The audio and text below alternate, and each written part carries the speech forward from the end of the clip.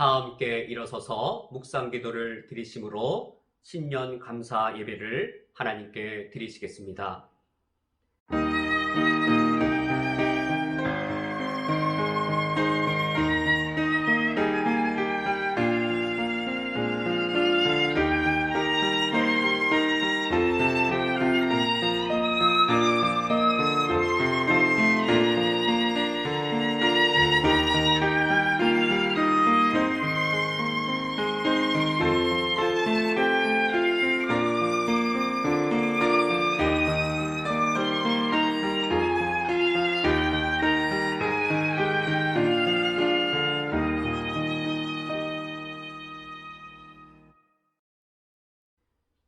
만군의 여호와가 이르노라.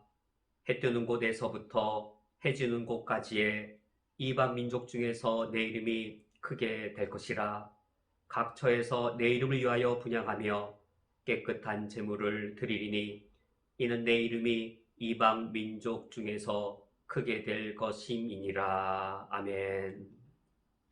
하늘에 계신 우리 아버지시여, 진실로 하박국 선지자의 선포처럼 우리의 여호와 하나님은 해 뜨는 데서부터 해 지는 데까지 유일한 참 하나님이십니다.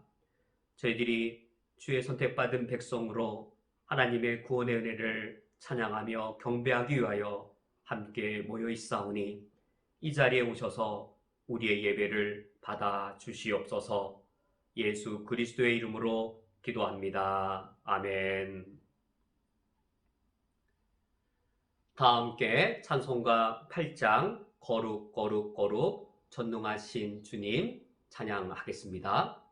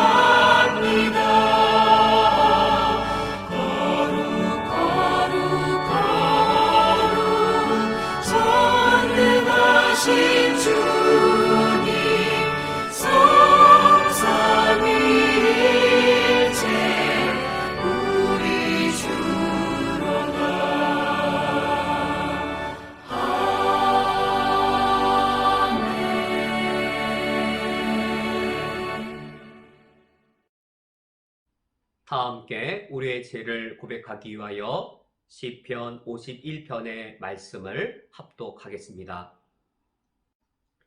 하나님이여 주의 인자를 따라 내게 은혜를 베푸시며 주의 많은 궁유를 따라 내 죄악을 지워 주소서. 나의 죄악을 말갛게 씻으시며 나의 죄를 깨끗이 제하소서. 모른 나는 내 죄가를 아오니 내 죄가 항상 내 앞에 있나이다. 하나님이여 내 속에 정한 마음을 창조하시고 내 안에 정직한 영을 새롭게 하소서. 하나님께서 구하시는 제사는 상한 심령이라. 하나님이여 상하고 통회하는 마음을 주께서 멸시하지 아니하시리이다. 아멘. 다 함께 묵상으로 우리의 죄를 하나님께 고백하시겠습니다. 주여 주여 우리를 불쌍히 여기소서. 그리스도여 그리스도여 우리를 불쌍히 여기소서. 주여 주여 우리를 불쌍히 여기소서.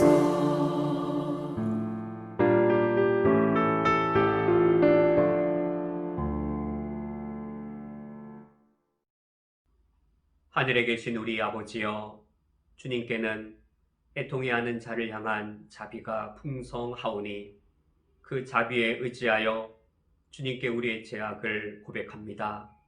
우리를 불쌍히 여겨 주시옵소서. 예수 그리스도의 십자가에는 우리의 죄악을 대속하는 은혜가 충만하오니 우리의 죄악을 돌이키고자 할 때에 우리에게 사죄의 은총을 베풀어 주시옵소서. 하나님보다 세상을 더 사랑하며 하나님보다 돈을 더 두려워하며 이웃사랑보다 이기심에 얽매인 우리를 불쌍히 여기시고 용서하여 주옵소서.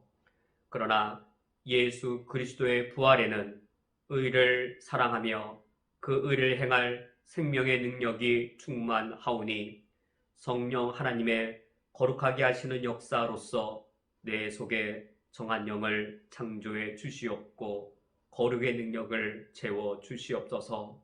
주께서 말씀하시기를 의를 위하여 핍박을 받는 자가 복되도다 말씀하셨사오니 그 말씀대로 내 인생 하나 잘 살고자 고생하는 삶에서 돌이켜서 하나님의 나라와 그의 의를 위하여 핍박받는 삶을 살겠습니다.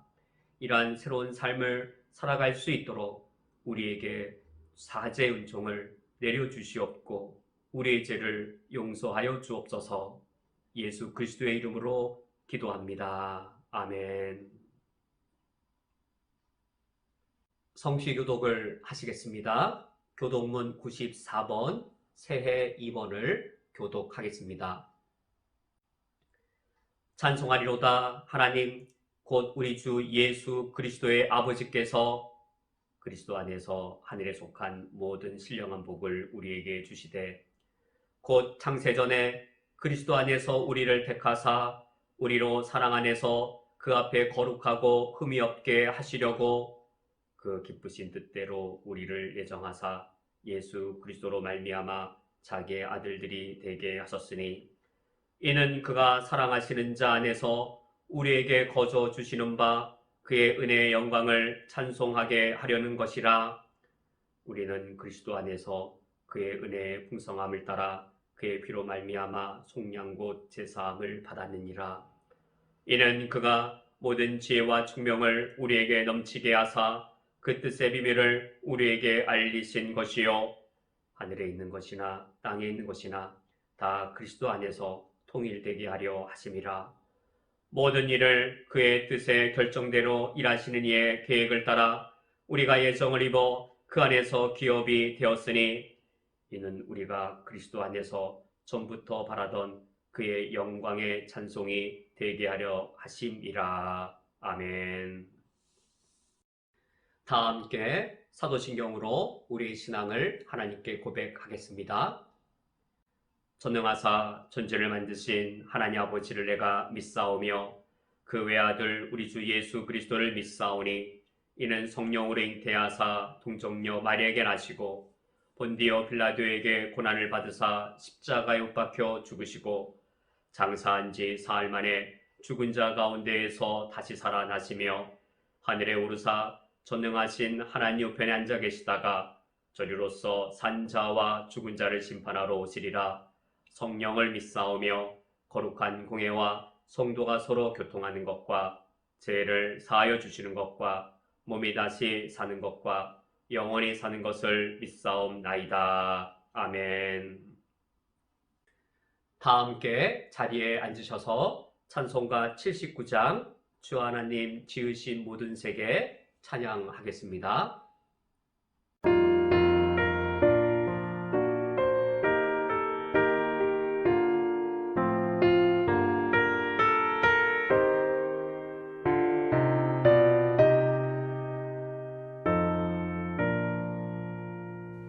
주 하나님 지으신 모든 세계 내 마음속에 그리움을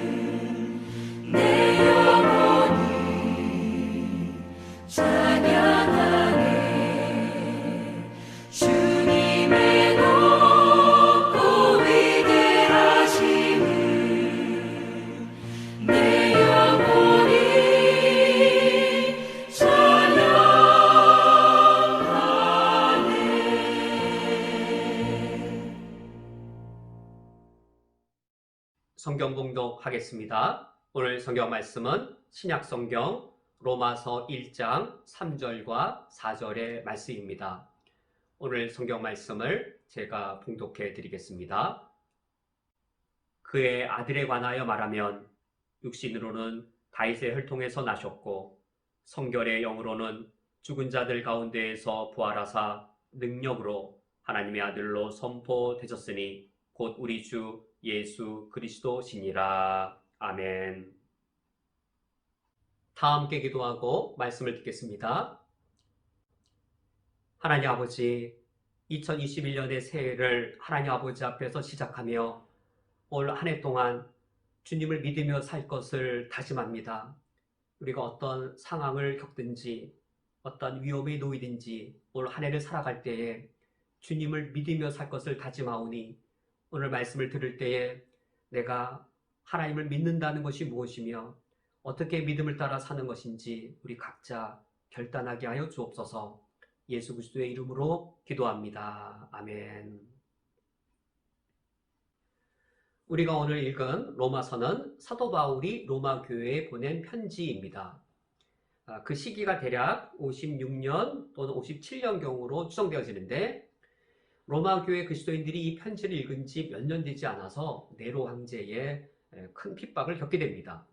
그 시기가 AD 64년이니까 이 로마서를 읽은 지 한 7, 8년 정도 지났을 때 이 큰 시련을 겪게 됩니다. 그때 네로 황제는 로마의 그리스도인들이 로마시에 불을 질렀다라고 하는 거짓 소문을 퍼뜨리면서 기독교인들을 색출하여서 크게 핍박했습니다. 바로 이 로마서를 읽었던 로마의 그리스도인들, 이걸 읽은 지 한 7, 8년 후에 이 기독교인들이 색출당해서 화형의 죽음을 당하고 여러 가지 순교와 핍박을 겪게 되어졌습니다. 이 사건이 사회적으로는 유대교로부터 기독교인을 구별한 최초의 사건입니다. 그 이전까지는 유대교와 기독교를 구분하지 않았습니다. 네로 황제가 기독교인을 색출하여 핍박한 이 사건이 최초로 유대교와 기독교를 구별하게 된, 기독교인을 색출하게 된 최초의 사건이 되었습니다. 그러면 유대교와 기독교의 결정적 차이는 무엇일까요? 어떤 부분에서 그런 차이가 있을까요? 그것은 바로 우리가 오늘 읽은 로마서 1장 3절과 4절입니다. 이 3절과 4절을 신앙으로 고백하는 자들이 그리스도인이고 유대교는 3절과 4절을 신앙으로 고백하는 자들을 증오하였고 죽이고자 하였고 사도행전에 보면 유대인들이 사도 바울을 쫓아다니면서 핍박하였는데 바로 이 3절과 4절을 신앙 고백하느냐 그러면 그리스도인이고 이것을 박해하느냐 그것이 바로 유대인들이었습니다. 3절과 4절 말씀을 다시 제가 읽어드리면 3절에 그의 아들에 관하여 말하면 이라고 하여서 바로 예수 그리스도에 대한 신앙 고백인 것이죠. 육신으로는 다윗을 통해서 나셨고 예수 그리스도를 다윗을 통해서 나신 메시아로 믿느냐. 또 4절 성결의 영으로는 그 예수 그리스도가 단지 사람이 아니라 육신으로만 태어난 것이 아니라 영적 차원의 하나님의 아들로 태어났느냐를 믿느냐는 것이죠. 죽은 자들 가운데서 부활하사 유대교는 이 기독교인들이 거짓말을 퍼뜨렸다고 죽은 예수가 살아난 것 거짓말을 퍼뜨렸다라고 여긴 것이었고 그리스도인들은 이것을 믿은 것이죠. 하나님의 아들로 선포되었으니 곧 우리 주 예수 그리스도시니라. 이 3절과 4절의 신앙 고백은 그리스도인들의 고유한 신앙 고백입니다. 예수 그리스도는 하나님의 아들이시고 주가 되신다. 퀴리오스가 되신다. 이것을 고백하는 자들이 바로 기독교인들이었고 이것을 믿은 그 사실로 인하여서 네로 황제의 핍박을 겪어야 했습니다.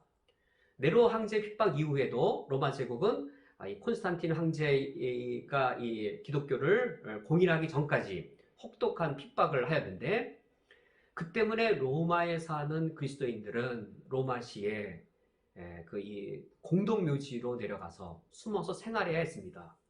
우리는 그것을 카타콤이라고 부르지요.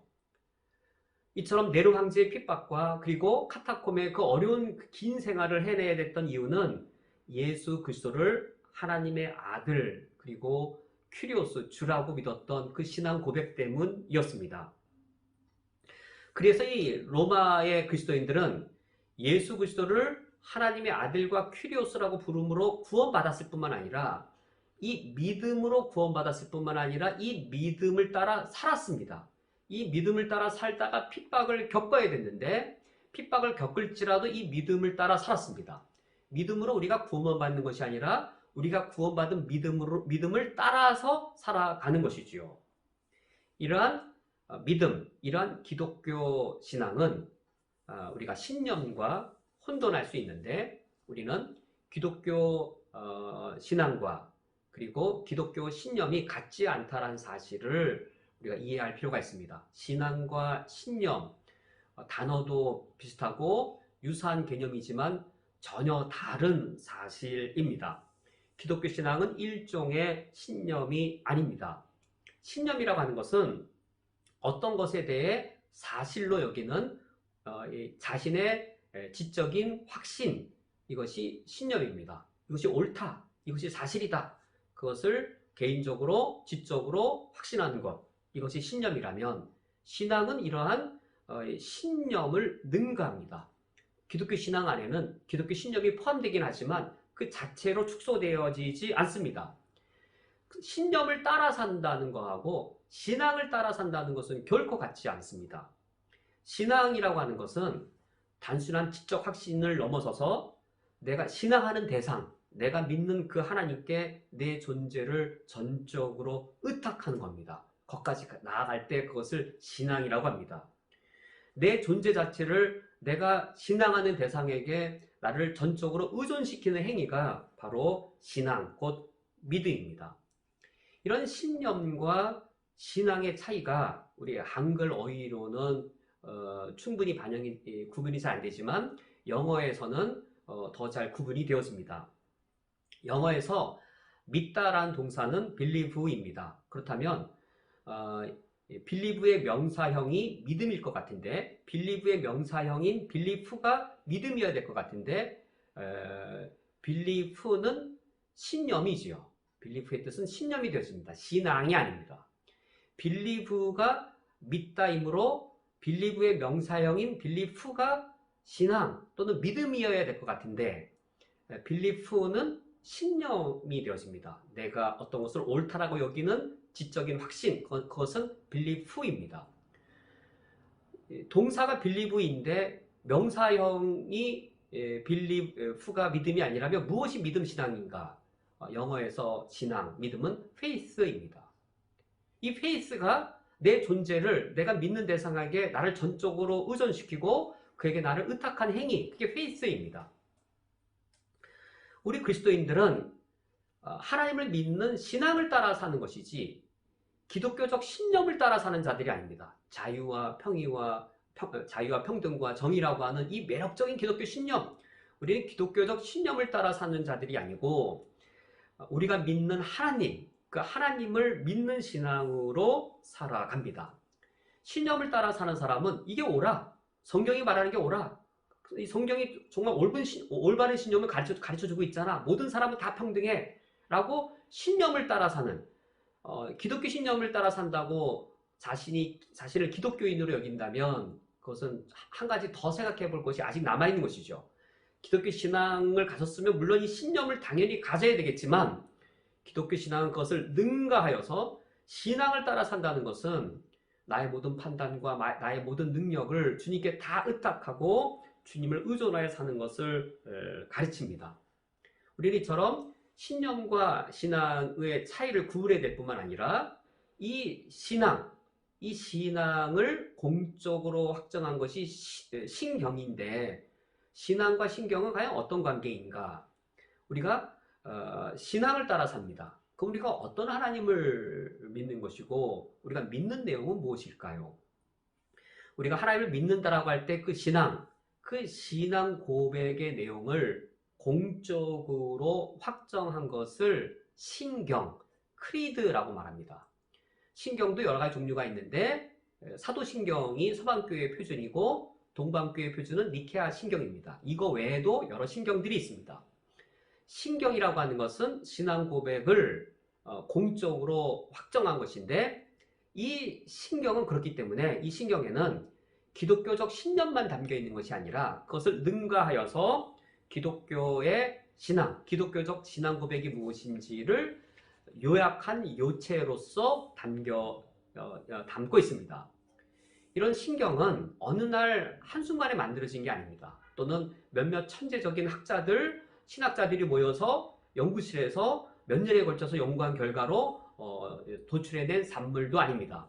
이 신경은 초대교회 이후로 수백 년에 걸쳐서 우리 신앙의 선조들이 조항을 넣기도 하고 빼기도 하는 그 오랜 역사적 과정을 거쳐서 최고의 산물로 만들어낸 기독교의 귀한 유산입니다. 이제 우리가 이 기독교 신경, 우리 사도신경, 이 사도신경이 어떤 역사적인 산물로 우리에게 주어졌는지 그걸 살펴보고자 합니다. 이 기독교 신경을 살펴봄으로써 우리가 어떤 하나님을 믿는 것이며 어떤 내용들을 믿고 있는 것인지, 믿음을 따라 산다는 것은 무엇인지, 그리고 그 신경 내용 안에는, 기독교 신앙 안에는 기독교 신념까지 포함하고 있는데 그것은 무엇인지 우리 선배들이 조항을 넣고 빼고 하면서 이 신앙의 내용들을 표준화시켰습니다. 우리가 오늘 사도신경의 그 역사적인 형성의 유래를 살펴보므로 내가 2021년도 하나님을 믿고 살고 그 믿음을 따라 산다는 것이 무엇인지 우리 각자 묵상하시고 각자 결단할 수 있기를 원합니다.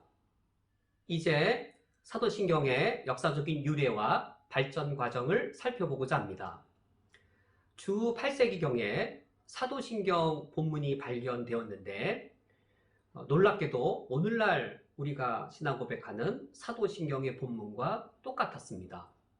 그러므로 무려 1200년 전에 우리가 사용하는 사도신경 본문이 완결된 것을 알 수 있습니다. 이러한 사도신경의 뿌리는 신약성경입니다. 신약성경 안에 최초의 그리스도인들의 신앙 고백이 담겨 있는데 이 신앙 고백이 성장하고 발전해서 주 8세기에 사도신경으로 완성이 되었습니다. 그런데 이 신약성경에 뿌리를 두고 있는 사도신경과 그 뿌리가 되는 신약성경의 신앙 고백을 비교해 보면 주요한 차이점이 발견되어집니다. 사도신경은 성부 하나님에 대한 신앙 고백, 예수 그리스도에 대한 신앙 고백, 성령 하나님에 대한 신앙 고백으로 구성되어 있습니다. 내가 하나님 아버지를 믿사오며 그 외아들 우리 주 예수 그리스도를 믿사오니 성령을 믿사오며 이와 같이 삼위일체 구조로 신앙 고백이 되어 있는 것에 비해 그 뿌리가 되어지는 신약 성경에는 이런 삼위일체 구조로 신앙 고백이 되어지지 않고 오직 예수 그리스도에게로 집중되어져 있는 것을 알 수 있습니다. 제가 어릴 적에 TV에서 코바디스라는 영화를 보았는데 그리스도인 여인이 비밀리에 자신의 정체를 알리기 위해서 물고기를 그립니다. 그 물고기를 보고 나서 본 사람도 아는 거죠. 저 여인도 그리스도인이구나. 그리스도인이란 이 자신의 정체를 드러내는 비밀 부호가 물고기였습니다. 왜 물고기를 그리면 자신이 그리스도인인 것을 드러내는 것인가? 헬라어로 물고기가 익투스인데 5개의 철자로 구성되어 있습니다. 이 5개의 철자가 5개 단어의 제 앞에 자를 따온 건데 그 5개의 단어는 첫 번째가 예수, 두 번째가 그리스도, 세 번째가 하나님, 네 번째가 아들, 다섯 번째가 구원자입니다. 이 5개 단어의 첫 번째 철자만을 따서 일렬로 늘어놓으면 익투스, 물고기가 되는 것이죠.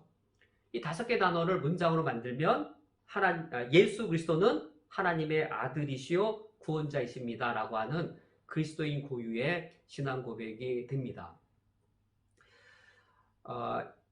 예수, 그리스도, 하나님의 아들, 구원자 이런 칭호들이 있는데 우리가 오늘 읽은 로마서 1장 3절과 4절 말씀을 보시면 그의 아들에 관하여 말하면 육신으로는 다윗의 혈통에서 나셨고 성결의 영으로는 죽은 자들 가운데에서 부활하사 능력으로 하나님의 아들로 선포되셨으니 곧 우리 주 예수 그리스도시니라. 여기에도 익투스와 완전히 동일하지는 않지만 거의 일치되어진 칭호들이 등장하는 것이지요. 하나님의 아들, 주, 예수, 그리스도. 신약 성경에서는 그 당시 상황이 기독교가 유대교와 갈등을 겪으면서 유대교로부터 핍박을 받던 상황이었습니다. 그 당시에 로마 제국은 유대교를 합법적인 종교로서 보호해주고 있었고 유대교가 아니면 핍박을 당하던 상황이었습니다. 그래서 당시 신약 성경이 쓰여졌던 그 시대에는 기독교인들은 마태복음이든 또는 사도행전이든 또 마지막 성경이 요한계시록이 쓰여질 때까지이든 유대교의 핍박과 로마 쪽의 핍박을 더불어 받고 있던 상황이었습니다. 그때 핍박이 너무 고통스러워서 내가 더 이상 예수 그리스도를 하나님의 아들이나 주로 인정하지 않겠다라고 신앙을 버리면 핍박도 멈추던 상황이었습니다. 요한계시록 2장에 죽도록 충성하라 그리하면 생명의 면류관을 너희가 얻으리라라고 하는 이 말씀도 이 죽도록이란 말이 죽음의 순간에 이를 때까지 믿음을 지키라입니다. 죽도록 충성하란 말을 영어 성경으로만 읽어보시더라도 그 뜻이 죽음의 순간에 이를 때까지 믿음을 지키라. 이때 믿음을 지킨다란 말이 이것인 것이죠. 예수 그리스도는 하나님의 아들이시요 큐리오스이십니다. 이 믿음을 지켜라. 죽음의 순간에 이를 때까지, 순교할 때까지. 그러면 생명의 면류관을 하나님께서 주시겠다라고 하는 그 약속이었습니다. 이처럼 신약 성경 안에서는 그 신앙 고백이 예수 그리스도에게로 집중되어져 있는 것, 그 당시 상황과 잘 어울렸습니다. 그런데 이제 신약 성경이 요한계시록을 마지막으로 하여서 완결되어진 이후에 기독교는 로마 제국의 모든 곳으로 확장되어져 나가고 이방 세계로 넓게 확산되어지면서 기독교의 신앙 고백이 이제 여러 이단들의 공격과 도전들을 받게 되었습니다. 그리고 기독교 신앙에 대한 이해가 더 신학적으로 깊어지면서 예수 그리스도 중심적인 이 신앙이 삼위일체 구조로 발전되어집니다. 그 발전은 우리는 이 로마서와 로마 신경을 비교해 보면 확연하게 알 수 있습니다. 이 세계 교회는 서방 교회와 동방 교회로 나뉘게 되는데 동방 교회는 이 니케아 신경을 신앙 고백의 표준으로 삼고 있고 서방 교회는 우리의 이 사도신경을 이 표준으로 삼고 있습니다. 이 사도신경의 모체가 고대 로마 신경입니다. 로마 신경이 모체가 되어서 로마 신경이 발달되어서 사도신경이 된 겁니다. 로마 신경은 로마 교회가 사용하던 신경입니다. 로마 교회가 서방 교회의 중심이었습니다. 서방 교회 중심이었던 로마 교회가 로마 신경을 사용했는데 이 로마 신경이 발달하여서 사도 신경이 된 겁니다. 이 로마 신경을 로마 교회가 사용했는데 바로 이 로마 교회에 AD 56년, 57년경에 사도 바울이 로마서를 보낸 것이죠. 그 로마서 1장 3, 4절에 예수 그리스도 중심된 그 신앙 고백이 담겨 있습니다. 로마서 1장 3, 4절 AD 56년 7년경에 그 본문을 처음 읽고 그 신앙 고백을 했던 로마 그리스도인들. 그런데 AD 200년경, 한 40년 정도, 150년 정도 이후에 로마 신경, 이 기록된 걸 보면 이것이, 신경이 어떤 방향으로 성장했는지를 우리가 알 수 있습니다. 로마서 1장 3, 4절과 같은 로마 교회입니다. 같은 로마 교회의 로마 신경을 보면 AD 200년경에 발견된 그거를 비교해 보면 신앙 고백이 어떤 방향으로 발전됐는지 알 수 있습니다. 제가 AD 200년경에 작성된 로마 신경을 제가 한번 읽어드리겠습니다. 독특하게도 문답의 형식으로 되어 있는데 이렇습니다. 당신은 전능하신 성부 하나님을 믿습니까? 나는 믿습니다. 당신은 성령으로 잉태하사 동정녀 마리아에게 나시고 본디오 빌라도에게 고난을 받으사 죽으시고 죽은 자 가운데에서 3일 만에 부활하셔서 하늘에 오르사 하나님 우편에 앉아 계시며 저리로서 산자와 죽은 자를 심판하러 오실 하나님의 아들 예수 그리스도를 믿습니까? 나는 믿습니다. 당신은 성령과 거룩한 교회와 몸이 다시 사는 것을 믿습니까? 나는 믿습니다. 이 AD 200년경에 작성된 로마 신경을 오늘날 AD 8세기에 완성되어서 지금까지를 사용하고 있는 사도신경과 비교해 보면 문답의 형식이라는 것은 차이가 있지만 이미 그 기본적 내용은 AD 2세기경이나 지금이나 거의 동일하게 완결된 것을 알 수 있습니다. 오늘날 사도신경과 비교해 볼 때 대단히 유사한 걸 알 수 있고, 이 AD 2세기경에 완성된 이 사도신경, 이 고대 로마 신경을 로마서 1장 3, 4절과 비교해 보면 어떤 차이가 있나요? 로마서 1장 3, 4절에 이 예수 그리스도 중심적인 신앙 고백을 이 내용과 비교해 보면, 고대 로마 신경과 비교해 보면 삼위일체 구조로 발전된 것을 볼 수 있습니다. 삼위일체 구조로 발전되되 성자 부분을 놓고 보면, 성자 부분은 로마서 1장 3절과 4절을 양적으로 확대했을 뿐이지 동일한 신앙 고백의 내용을 담고 있는 것을 알 수 있습니다. 사도신경으로 발전되었을 때처럼 삼위일체 구조로 성부 하나님 그리고 예수 그리스도 성령 하나님 방향으로 발전된 것을 알 수 있습니다. AD 404년경에 루피누스가 작성한 신경을 하나 더 소개해 드리겠습니다. AD 404년이니까 이제 로마 신경 이후로도 한 200년 정도 지난 때인데 제가 읽어드리겠습니다.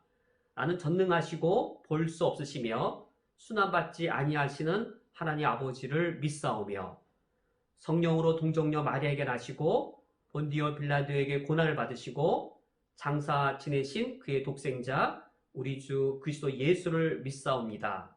그는 음부에 내려가사 3일 만에 죽은 자 가운데에서 부활하사 하늘에 오르시고 하나님 우편에 앉아 계시다가 저리로서 산자와 죽은 자를 심판하러 오시리라. 그는 성령과 거룩한 공예와 죄의 용서와 육체의 부활을 나는 믿습니다. 이 신앙 고백을 볼 때에 오늘날 사도신경과 훨씬 더 가까워진 것을 볼 수 있습니다. 단 성부의 부분을 보면 나는 전능하시고 다음에 사도신경 AD 8세기에 완성된 사도신경은 전능하사 천지를 만드신이라는 내용이 더 추가되어져서 이 성부 하나님이 창조 사역을 한 것이 더 추가되어집니다. 그리고 성령 하나님 부분에 보면 그리고 성령과 거룩한 공예와 그 다음에 우리는 성도가 교통하는 것과가 추가되어져 있죠. 죄의 용서와 육체의 부활 그리고 우리는 영원히 사는 것을 믿사옵나이다가 추가되어져 있죠. 그래서 이 루피누스 거에 비해서 성령 부분에 있어서는 성도의 교통, 영원히 사는 것이 더 추가되어져 있습니다. 이 신경의 내용들을 발전 과정을 보면 넣었다가 뺐다라고 하는 것을 반복하면서 이제 AD 8세기경에는 더 이상의 그러한 넣고 빼고 줄이고 이러한 작업이 더 이상 이루어지지 않습니다. 최상의 상태에 이르게 된 것이지요. 그래서 이 신약 성경 안에서 이 예수 그리스도 중심적이었던 신앙 고백이 삼위일체 신앙 고백으로 발전이 되어지면서 단순히 삼위일체로 발전되어진 것이 아니라 여기 아주 중요한 내용적인 발전이 있습니다. 성부 하나님께는 이 창조의 사역을 돌립니다. 그리고 예수 그리스도에게는 구원의 사역을 돌립니다. 그리고 성령 하나님께는 그 구원의 종말론적인 완성을 돌립니다. 그래서 단순히 그냥 구조적으로만 성부, 성자, 성령 하나님으로만 발전시킨 것이 아니라 하나님이 창조하시고 성부 하나님께서 창조하시고 예수 그리스도를 통하여 구원을 이루신 후 종말에 성령 하나님을 통하여 이 구원을 완성하실 것이라고 하는 하나님의 구원 역사, 구속사가 담겨낼 수 있도록 신경을 발전시킵니다. 우리가 이걸 믿는 겁니다. 신경이 발전되어지는 과정을 좀 더 자세히 보면 우리가 충분히 그 중요성을 더 많이 느낄 수 있는데 일요 저녁 예배 때 좀 더 자세하게 이 신경의 발전 과정들을 살펴보고자 합니다.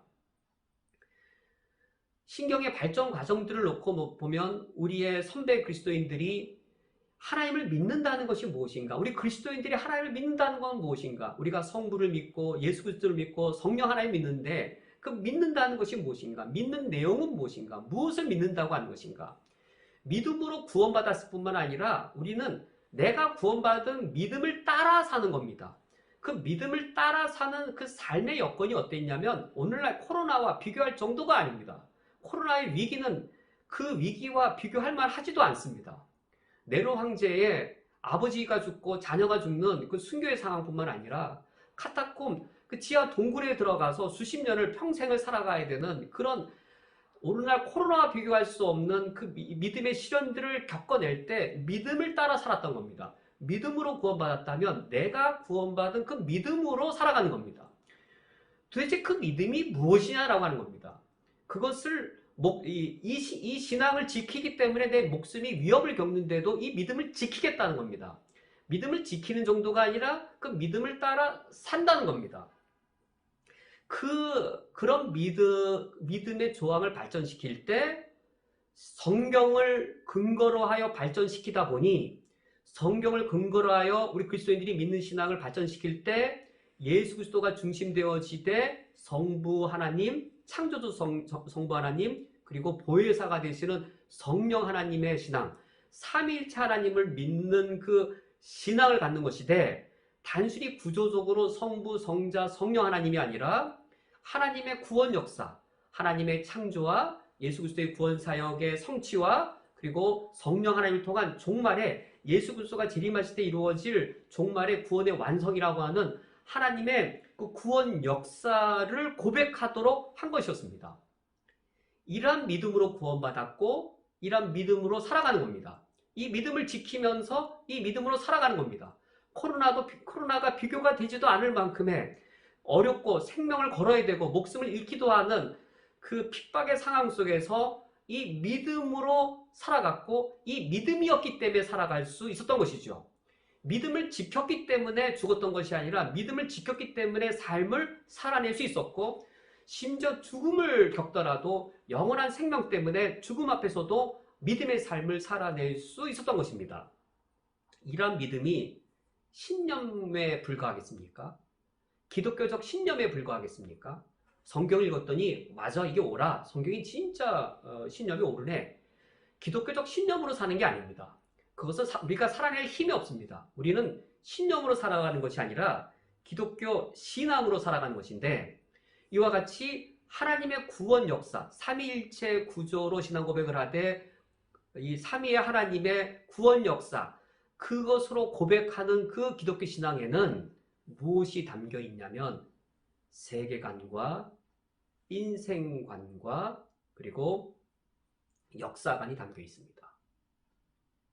그래서 우리가 믿음으로 산다는 것, 믿음을 따라 산다는 것, 그것은 단순히 기독교인으로 종교를 살아간다는 것이 아니라 성부, 성자, 성령 하나님, 삼위일체 하나님을 믿을 때에 내 세계관이 바뀌고 인생관이 바뀌고 새로운 역사관을 받아들이기 때문에 이 삶을 살아낼 수 있는 겁니다. 이제 마지막으로 그러면 믿음을 따라 산다는 것은 무엇인가? 믿음을 따라 산다 할 때 세계관과 인생관과 역사관이 바뀐다고 하는데 그래서 구체적으로 무엇인가? 그것을 마지막으로 살펴보겠습니다. 그러면 믿음으로 기독교 신앙을 따라 산다는 것은 무엇을 뜻하는지요? 우리는 2021년도에 믿음으로 기독교 신앙을 따라 살아야 하겠습니다. 그것은 구체적으로 무엇을 가리키는 것인지요? 로마의 그리스도인들이 핍박 속에 기독교 신앙을 따라 사는 것은 매우 힘든 일이었습니다. 네로 황제의 핍박 때에 어느 가정은 부모를 잃었을 것이고 또 어떤 가정은 사랑하는 자녀를 잃는 아픔을 겪었을 것입니다. 그 후에도 이 기독교를 싫어하는 황제가 등극하면 기독교를 심히 핍박을 해서 지하의 공동무덤에 카타콤으로 그들은 숨어들어야 했습니다. 이때 기독교 신앙을 따라 믿음을 지킨다는 것 무엇이었을까요? 이 기독교의 이 종교적 교리를 잘 지키거나 또는 이 위험을 겪을지라도 이 예배를 잘 지켜서 기독교의 종교적인 일들을 성실히 행하는 것 단순히 그것을 가리키는 것이겠는지요? 기독교 신앙을 지키는 신앙적인 것이 종교적인 것이라고 축소하여 말할 수 있겠는지요? 만약 그렇다면 그 당시 로마 교회 그리스도인들이 잘 해석되지 않습니다. 만약 신앙적인 것이 종교적인 것이라면, 신앙적인 것을 따라 사는 것이 단순히 종교적인 것을 따라 사는 것이라면 로마 제국의 핍박이 끝났을 때 로마 교회 그리스도인들이 지켜낸 것은 로마 교회, 종교적인 로마 교회 그것뿐이었을 겁니다. 그러나 그렇지 않았습니다. 로마 제국의 핍박이 끝났을 때 로마 교회 그리스도인들은 로마 제국을 변화시켰습니다. 이 일은 핍박이 진행되는 중에 이미 병행되었던 일입니다. 로마 교회의 그리스도인들 중 상당수가 로마 제국의 귀족들이었고 관료들이었습니다. 그들에게 있어서 신앙을 지키는 신앙적인 것이란 정치적인 것, 사회적인 것, 문화적인 것과 별개의 것이 아니었습니다.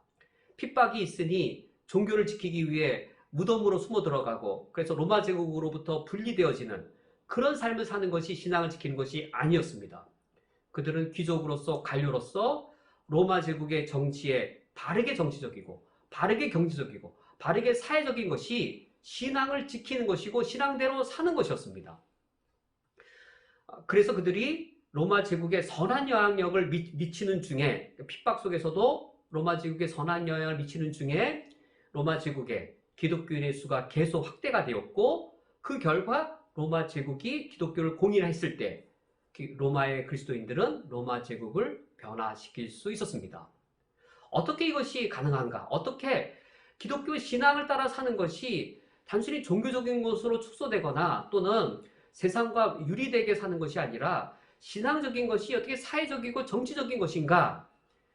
오히려 그랬기 때문에 로마 교회 그리스도인들은 그 핍박 속에서도 신앙을 지킬 수 있었던 것이죠. 우리는 그 사실을 로마서와 또 고대 로마 신경 200년대에 그리고 8세기 완성된 사도신경을 보면 우리는 그것을 이해할 수 있습니다. 로마서 1장 3, 4절의 신앙 고백은 예수 그리스도 중심적이었는데 2세기의 그 고대 로마 신경을 보면 성부, 성자, 성령 하나님, 삼위 하나님을 고백하는 것으로 발전되어지고 8세기에 완성된 사도신경을 보면 성부에게는 창조를, 예수 그리스도에게는 구원을, 그리고 성령 하나님께서는 종말의 완성을 각각 돌리는 것을 보게 되었습니다. 신앙 고백을 더 발전시켰습니다. 신앙 고백을 발전시켜서 그 신앙 고백대로 살아감으로 그들이 로마 제국의 그 핍박당하던 현실을 이겨내고 오히려 로마 사회를 변화시킬 수 있었습니다. 만약에 그들이 단순히 종교적으로만 살았다면 그들이 지켜내는 것은 로마 교회, 종교적인 로마 교회였을 뿐입니다. 그런데 어떻게 그들이 신앙적인 것이 이처럼 정치적으로, 사회적으로, 문화적으로 사회 전반에 영향을 미칠 수 있었을까? 그것은 바로 이겁니다. 그들이 하나님을 창조주로 믿을 때, 하나님이 세계를 창조하신 창조주이심을 믿을 때 그들은 세계관이 바뀌게 되었습니다. 바뀐 세계관으로 살았습니다. 그들이 예수 그리스도를 내 생명의 구원주로 믿을 때 그들은 인생관이 바뀌었습니다. 바뀐 그 인생관으로 살았습니다. 그들이 보혜사 성령님을 역사의 완성자로 믿을 때에 그들은 새로운 역사관을 갖게 되었습니다. 그 새로운 역사관으로 그들은 삶을 살았습니다. 기독교 신앙으로 산다라고 하는데 이러한 세계관과 인생관과 역사관이 없다면 신앙대로 산다는 게 뭐지? 진공 상태에 빠지게 되었습니다. 어떻게 살아가야 되는지 방향을 잡을 수가 없게 되는 것이죠. 그러나 이 로마 교회 그리스도인들이 예수 그리스도를 믿는 신앙으로, 하나님을 창조주로 믿는 신앙으로, 성령님을 보혜사 믿는 신앙을 산다는 것은 그들에게 구체적으로 세계관과 인생관과 역사관을 가지고 살아가는 것을 뜻했습니다. 구체적으로 그것이 어떠한 것이었을까요? 하나님을 창조주로 믿는 사람과 하나님을 창조주로 믿지 않는 사람이 있습니다. 두 사람의 세계관을 비교해보면 같을 수가 있겠습니까? 어떤 사람이 하나님을 창조주로 믿지 않았을 때, 그러나 그가 하나님을 세계의 창조주로 믿었을 때 바라보는 세계가 같을 수 있겠는지요? 하나님을 창조주로 믿었을 때 로마의 그리스도인들도 그들의 내면의 세계관의 변화를 경험했을 것입니다. 하나님을 믿지 않는 사람들의 세계관은 어떠했을까요? 어떤 세계관에서 어떤 세계관으로 바뀐 것이었을까요? 하나님을 믿지 않는 사람들의 세계관은 대체적으로 그 세계의 중심이 나입니다. 내가 세계의 중심입니다. 나를 세계의 중심으로 두고 이 세계를 무엇이 다스리냐면 권력과 돈이 다스립니다. 권력과 돈이 다스리기 때문에 어떻게 잘 살 수 있습니까? 돈을 많이 벌고 권력을 져야 이 세상을 잘 살 수 있습니다. 그러면 이 세계는 무엇일까요? 이 세계란 권력과 내가 돈을 지어야 될 그 세계의 의미가 있는 겁니다. 쿠웨이트가 무엇으로 보일까요? 쿠웨이트는 내가 돈을 더 잘 벌 수 있고 내가 권력을 질 수 있다면 나한테 의미가 있는 세상이 되는 겁니다. 그것이 하나님을 창조주로 믿기 이전에 대체적인 사람들의 세계관입니다.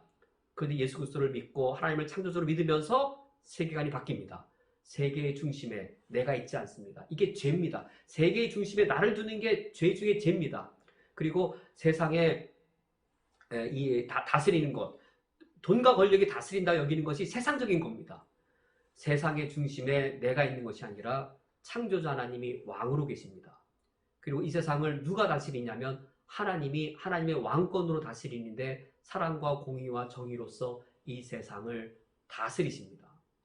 그렇다면 이 세계가 나에게 무슨 의미일까요? 내가 쿠웨이트에 있는데 이 세계가, 쿠웨이트란 세상이 나에게 무슨 의미가 있는 것인가요? 로마 제국의 그리스도인들이 겪었던 로마 제국, 악한 현실이었습니다. 그러나 이 악한 현실일지라도 하나님이 창조하신 세계에 로마 제국도 포함되는 것이지요. 하나님 본래 아름다운 세계로 창조했으나 죄로 뒤틀렸을 뿐입니다.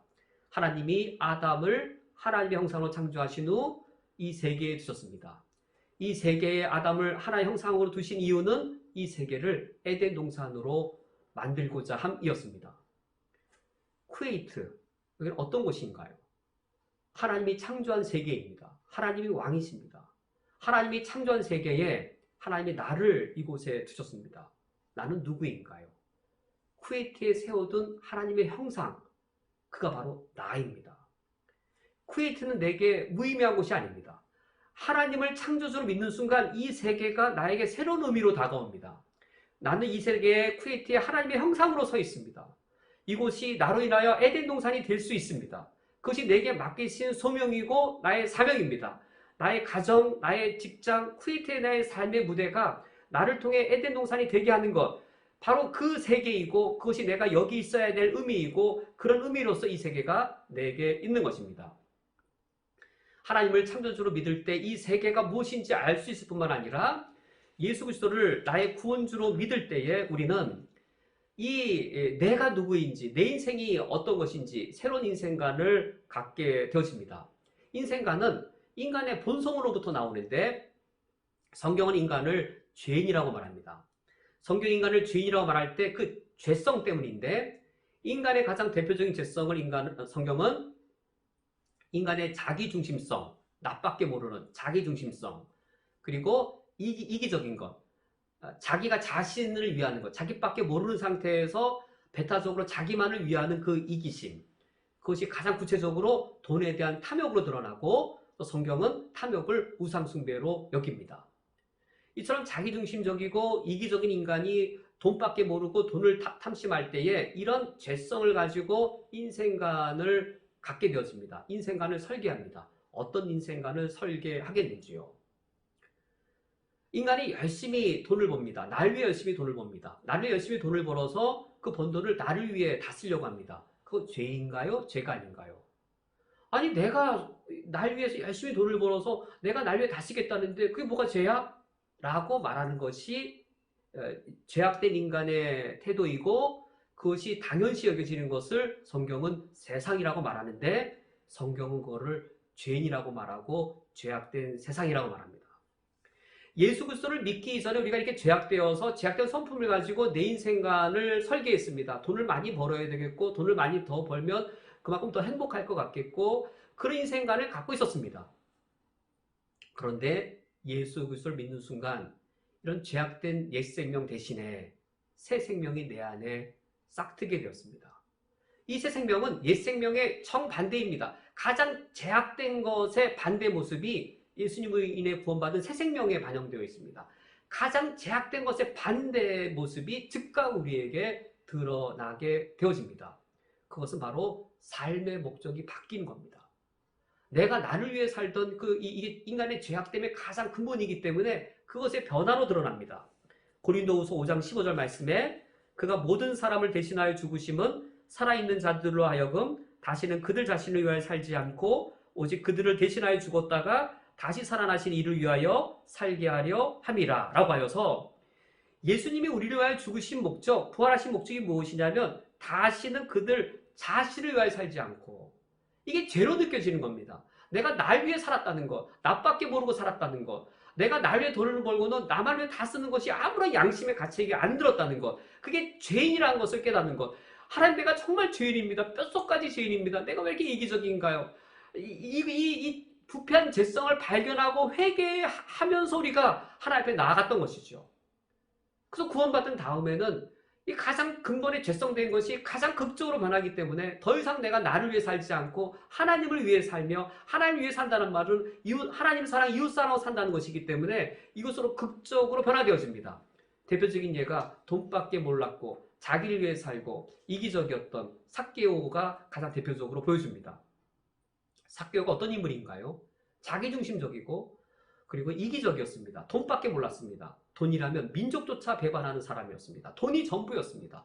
돈에 대한 탐욕에 매여 살았던 사람이었습니다.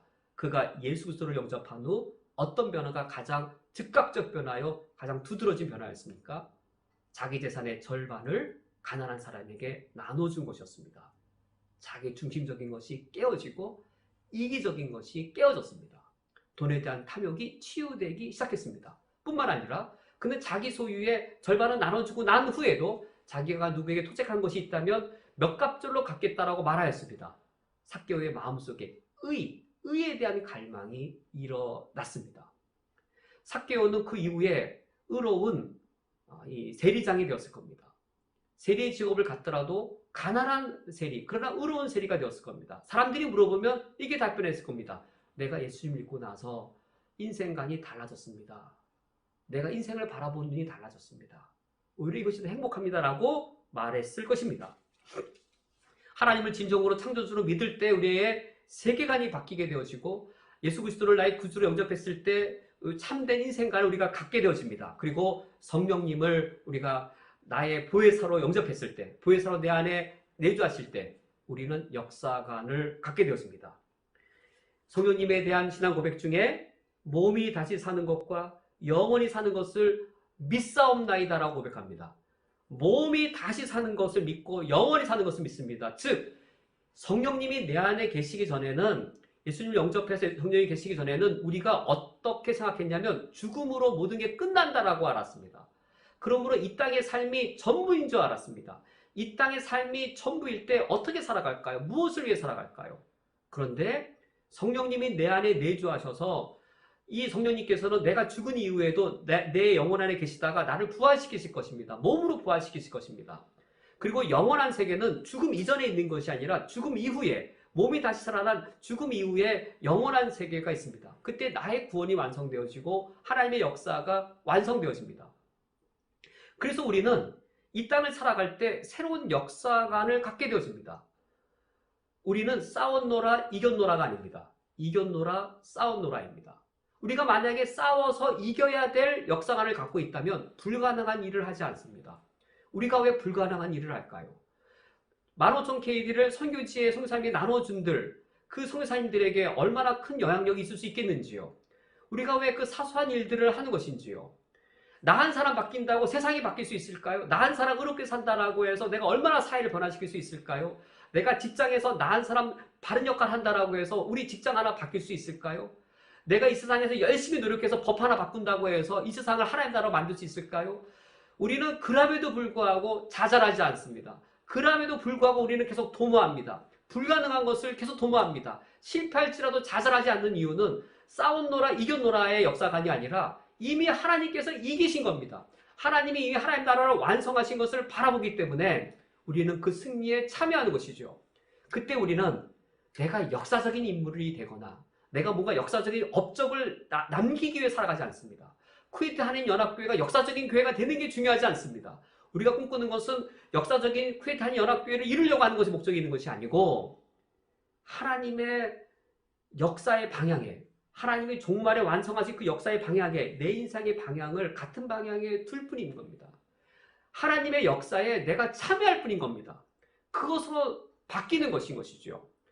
로마 교회 그리스도인들이 그랬을 겁니다. 로마 제국을 어떻게 무너뜨릴 수 있을 것인가요? 불가능한 일이죠. 그들이 뭔가 선을 좀 행한다고 해서 무엇을 바꿀 수 있겠는지요? 불가능한 것이지요. 그러나 그들은 역사관이 바뀌었습니다. 우리가 기독교 신앙을 따라 산다는 것은 구체적으로 무엇을 의미하는 것입니까? 나의 새로워진 세계관, 새로워진 인생관, 새로워진 역사관입니다. 제가 오늘 성도님들에게 이것이 구체적으로 나에게 무엇인지는 말씀드릴 수 없고 성도님 각자의 책임입니다. 예수 그리스도를 믿는, 하나님을 창조주로 믿는, 성령님을 역사의 주권자로 믿는 그 신앙에 의해 우리 성도님들이 각자 나의 세계관을 더 발전시키고 나의 인생관을 더 만들어 가시고 나의 역사관을 더 성숙시키는 것, 그러할수록 우리는 더 풍성하게, 더 많은 분량에 있어서 믿음대로 산다는 것이 무엇인지, 기독교 신앙대로 산다는 것이 무엇인지를 더 많이 알아갈 것이고 더 풍성하게 그 일들을 실천하실 수 있으실 것입니다. 오늘 말씀을 기억하시면서 함께 기도하시겠습니다. 올해 2021년을 진실로 하나님 앞에서 살아야 하겠습니다. 하나님을 나의 창조주로, 예수 그리스도를 나의 구원주로, 성령님을 역사의 완성자로 우리가 믿으며 올 한 해를 살아갈 때에 내가 오늘 올해 쿠웨이트에서 하나님을 위해 어떠한 삶을 살아야 되는지 이 시간 다짐의 기도를 하나님 아버지 앞에 드리시겠습니다.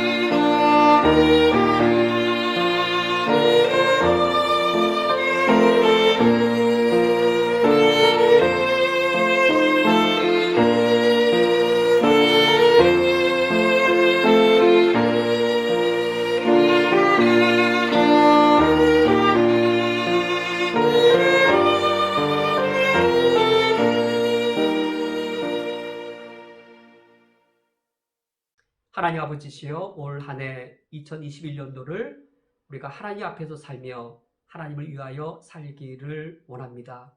내가 내 인생을 나 스스로 계획하고 내 인생을 이루는 삶이 아니요 역사의 주권자이신 하나님의 역사를 위해 그 역사를 바라보며 하나의 역사와 같은 방향에서 내 삶을 드리게 하여 주옵소서.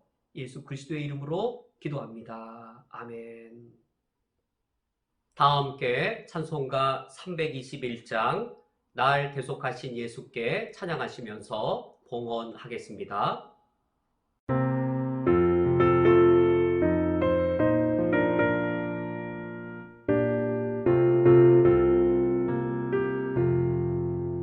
날 대속하신 예수께 내 생명 모두 드리니 늘 진실하게 하소서.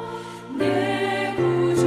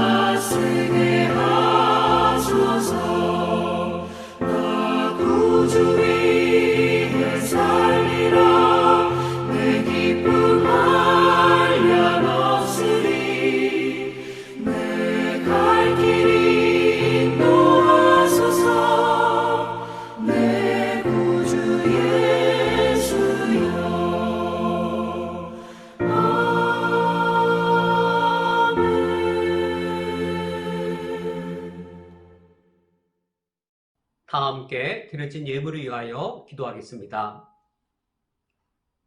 진실로 날 대속하신 주님은 내 생명의 주인이십니다.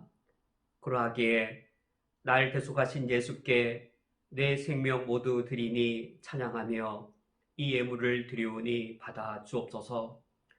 이 예물을 드린 후 2021년도의 새해를 살아갈 때 내가 내 인생의 주인 된 삶을 살지 않겠습니다.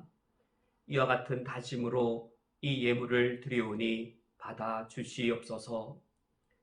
주 십자가에 달리사 날 자유하게 했으니 내 몸과 마음을 주 위에 다 쓰게 하소서라고 찬양하며 이 예물을 드리오니 받아 주시옵소서. 주를 위해 쓰여져야 할 것이 단지 나의 헌금만이 아닌 것을 저희들이 잘 알고 있습니다. 주 십자가에 달리사 날 자유케 하신 그 자유로 내 몸과 내 마음을 위해 사용해야 될 것이 아님을 잘 알고 있습니다. 그 자유를 가지고 내 몸과 마음을 주 위에 쓸 것을 다짐하며 이 예물을 드리오니 받아 주시옵소서. 이제 올해 2021년도를 새해를 살아갈 때에 나 구주 위에 살겠습니다. 나 주님을 기쁘시게 하기 위해 살겠습니다. 시련을 겪을 것이고 환난이 있을지라도 나 주의 뜻대로 살겠습니다. 나 구주 위에 살리라. 내 기쁨 한량 없으니 내 갈 길 인도하소서. 주님께 찬양하며 구하오니 2021년도 새해를 살아갈 때에 주님을 기쁘시게 하는 삶을 살아낼 수 있도록 핍박과 시련이 있을지라도 구주를 위한 삶을 살아낼 수 있도록 나의 갈 길을 인도하여 주옵소서. 예수 그리스도의 이름으로 기도합니다. 아멘. 다 함께 자리에서 일어서서 천국 백성의 윤리인 십계명을 교독하겠습니다. 하나님이 이 모든 말씀으로 말씀하여 이르시되 나는 너를 애굽 땅 종되었던 집에서 인도하여 낸 내 하나님 여호와니라. 너는 나 외에는 다른 신들을 내게 두지 말라. 너를 위하여 새긴 우상을 만들지 말고 또 위로 하늘에 있는 것이나 아래로 땅에 있는 것이나 땅 아래 물속에 있는 것에 어떤 형상도 만들지 말며 그것들에게 절하지 말며 그것들을 섬기지 말라. 너는 내 하나님 여호와의 이름을 망령되게 부르지 말라. 안식일을 기억하여 거룩하게 지키라. 내 부모를 공경하라. 살인하지 말라. 간음하지 말라. 도둑질하지 말라. 내 이웃에 대하여 거짓 증거하지 말라. 내 이웃의 집을 탐내지 말라. 예수께서 이르시되 내 마음을 다하고 목숨을 다하고 뜻을 다하여 주 너희 하나님을 사랑하라 하셨으니 이것이 크고 첫째 되는 계명이요 둘째도 그와 같으니 내 이웃을 내 자신같이 사랑하라 하셨으니 이 두 계명이 온 율법과 선지자의 강령이니라. 아멘. 이제 천국 백성의 기도인 찬송가 635장 주기도문을 찬양하겠습니다.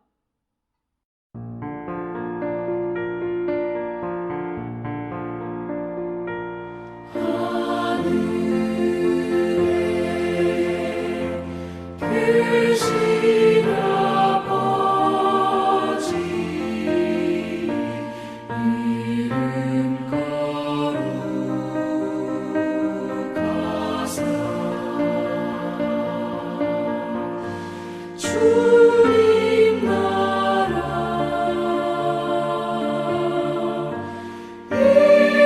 일하시고 뜻이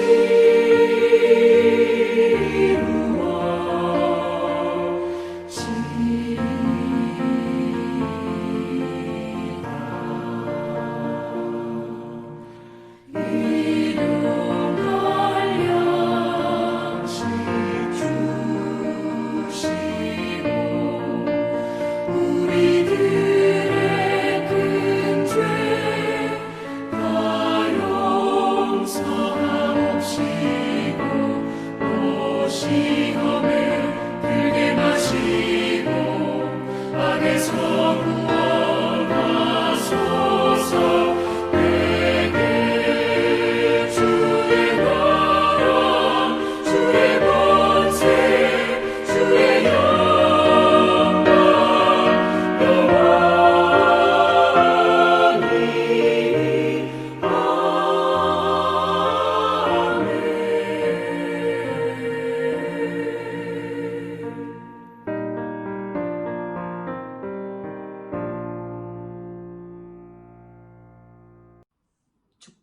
하겠습니다. 지금은 우리 주 예수 그리스도의 은혜와 하나님 아버지의 무한하신 사랑하심과 성령 하나님의 인도하심이 쿠웨이트 한인연합교회 위에 주를 예배하는 모든 주의 권속들 위에 영원토록 함께 있을지어다. 아멘.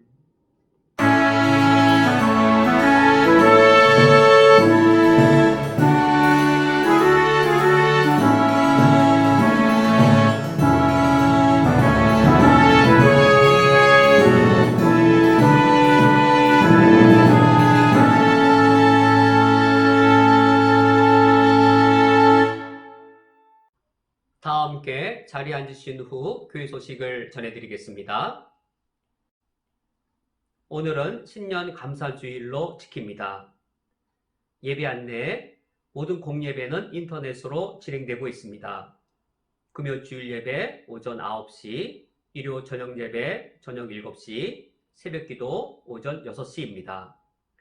이번 주 일요 저녁 예배는 사도신경의 역사적 유래를 더 자세히 살펴보겠습니다. 주일학교 어린이부의 예배 영상이 밴드와 카톡을 통해 배포되고 있습니다. 청소년부의 반별 모임은 인터넷 영상으로 진행되고 있습니다. 이번 주 중보기도 우리 교회의 표요를 위해 기도를 부탁드립니다. 우리는 눈에 보이지 않는 하나님을 보여주는 하나님의 형상입니다. 우리 교회의 목표를 위해 기도를 부탁드립니다. 한국 그리스도인이 한국인에게 하나님의 사랑을 보여줍시다. 우리 그리스도인이 무슬림을 사랑하는 방법을 배워 갑시다. 우리 공동체 안에서 사랑으로 섬기는 제자들로 자라갑시다. 2021년도 목회 방향을 위해 기도를 부탁드립니다.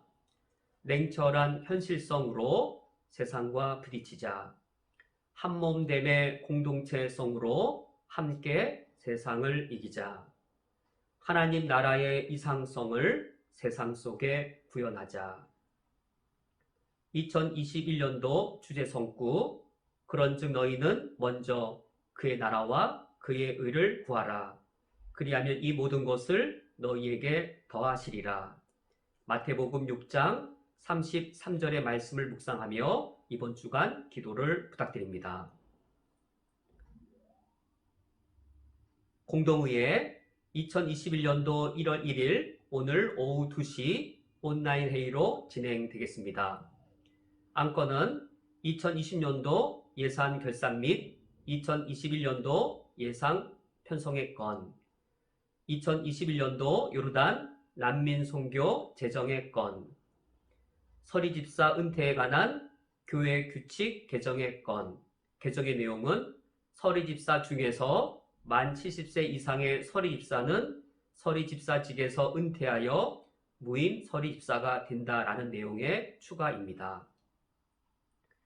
2021년도 교회 요람, 올해에는 인쇄물이 아닌 소프트 카피로 제작하여서 교회 밴드와 카톡을 통해 공유할 예정입니다. 대면 예배, 우리 교회가 올해 대면 예배를 시행할 시기는 쿠웨이트 정부가 오프라인 학교 수업을 승인하는 시점을 기준으로 삼고자 합니다. 어르신과 유아의 건강을 최대한 고려한 시점에 우리 성도님들의 동의와 공감을 얻어서 대면 예배 시작 시기를 정하도록 하겠습니다. 이때 예배 장소는 NECK의 평화관이 되겠습니다. 예전처럼 1부와 2부의 예배를 드리는 것이 아니라 한 번의 예배로 금요 주일 예배를 드릴 예정입니다. 구역 예배, 온라인 구역장 모임은 월요일 오후 3시에, 온라인 구역 예배는 수요일 오전 10시 또는 각 구역 상황에 맞도록 드리시면 되겠습니다. 구역 공간은 교회 밴드에 올려져 있습니다. 헌금을 드리기 원하시는 성도님들께서는 오프라인 헌금이나 온라인 헌금 중에서 가장 편리한 방식으로 자유롭게 드리시면 되겠습니다. 이제 옆 사람과 함께 인사 나누시면서 때로는 너희 앞에 축복성으로 패해하겠습니다.